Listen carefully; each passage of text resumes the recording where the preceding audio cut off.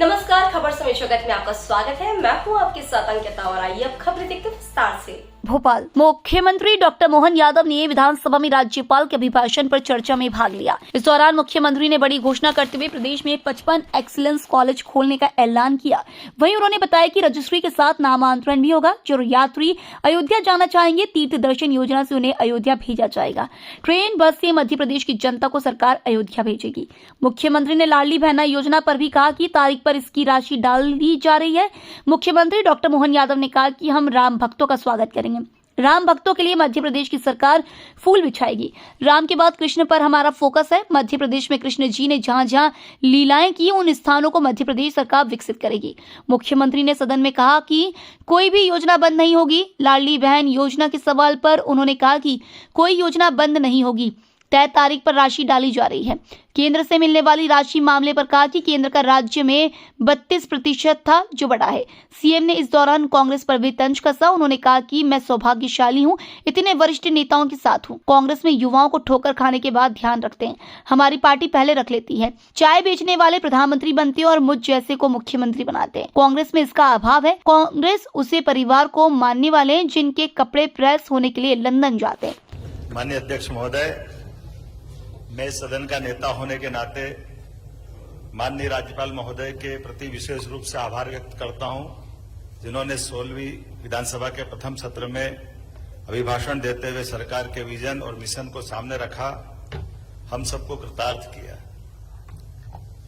माननीय महोदय, अयोध्या, मथुरा, माया, काशी, कांची, अवंतिका, पुरी द्वारा वतिष्ठेय सप्तैते मोक्षदायक, ऐसी 7 दुनिया की पवित्रतम नगरियों में से एक नगरी अवंतिका है। हमारा सौभाग्य, ऐसी नगरी के हम इस राज्य के निवासी भी हैं और मैं वहां से आता हूं जिसका कभी अंत नहीं हुआ। ऐसी अवंतिका की इस नगरी के एक सामान्य से मील मजदूर के परिवार के बालक को ये केवल भारतीय जनता पार्टी ही कर सकती है, जिसने एक छोटे से मजदूर परिवार के बच्चे को ला करके मुख्यमंत्री के पद तक पहुंचाया।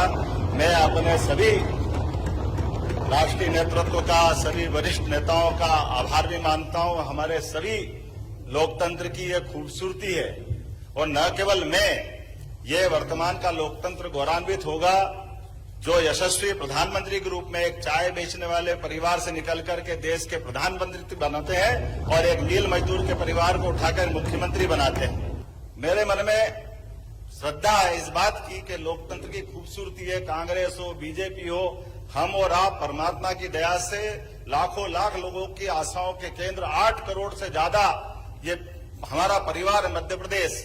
उस परिवार से सबकी आशा अपेक्षा के आधार पर जनता के बीच अपना एजेंडा लेकर के जाते हैं और जनता हमारे उस एजेंडे पर मोहर लगा करके सरकार गठन के लिए हमारा मार्ग प्रशस्त करती है।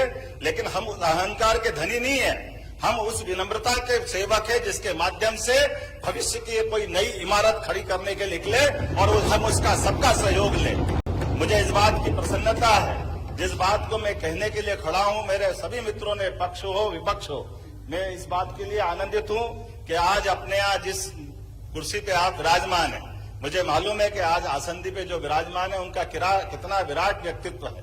हमने कल उनका निर्वाचन किया। माननीय अध्यक्ष महोदय, हम सब इस बात को जानते हैं कि जिस छोटे से परिवार के साथ पार्षद के रूप में आपने ये राजनीतिक यात्रा चालू की, उसके पहले विद्यार्थी नेता के नाते से छोटे से गांव से आकर के भारत सरकार के लोकप्रिय और सबसे बड़े मंत्रालय में आपने सफलता से काम किया। कई बार हमारे अपने ही सदन के भी आप मंत्री रहे, प्रदेश के कई बार अध्यक्ष रहे। आपके नेतृत्व में प्रदेश ने इस बार फिर संगठन का आधार पर चुनाव लड़ा और ये बात हम सबके लिए अत्यंत आनंद की है कि मेरी सरकार आपकी इस छत्र छाया में अपने विकास के कदम बढ़ाएगी और हम सब आपसे समय समय पे, चाहे पक्ष हो या विपक्ष हो, आपसे हम आश्रय भी चाहेंगे कि हमारे द्वारा किए गए कामों पे आपके मार्गदर्शन में हम और नई ऊंचाइयां प्राप्त करें। इस चर्चा के इस सत्र में माननीय कैलाश जी विजयवर्गीय, वास्तव में आपने सही कहा भाई साहब, चाहे कैलाश जी हो, चाहे प्रहलाद जी हो, चाहे राकेश जी हो, चाहे गोपाल भार्गव जी हो, हमारे इधर सामने से भी रामनिवास रावत जी हो, हमारे अपने सारे, मैं तो कितना सौभाग्यशाली हूं। 2 विधानसभा के पूर्व अध्यक्ष मेरे इस सदन के साथ में डॉक्टर सीता शरण शर्मा जी, गिरीश गौतम जी, हम सब इतने आनंद में हैं क्या नए क्या पुराने, सभी प्रकार के, मैं सभी का अलग अलग एजुकेशन, मेरे एजुकेशन की बात की है। मैं इस बात के लिए भी आनंदित हूं कि यहाँ पर जो अधिकांश सदस्य जिनकी अपनी शैक्षणिक योग्यता और शैक्षणिक योग्यता से ज्यादा उनकी राजनीतिक योग्यता भी इस लायक है कि इस सदन को वो गौरवान्वित करेंगे। मैं आप सबका भी अभिनंदन करता हूँ। खबर समय जगत के लिए संवाददाता आदित्य सराठी की report. For latest news, subscribe to our channel and press the bell icon.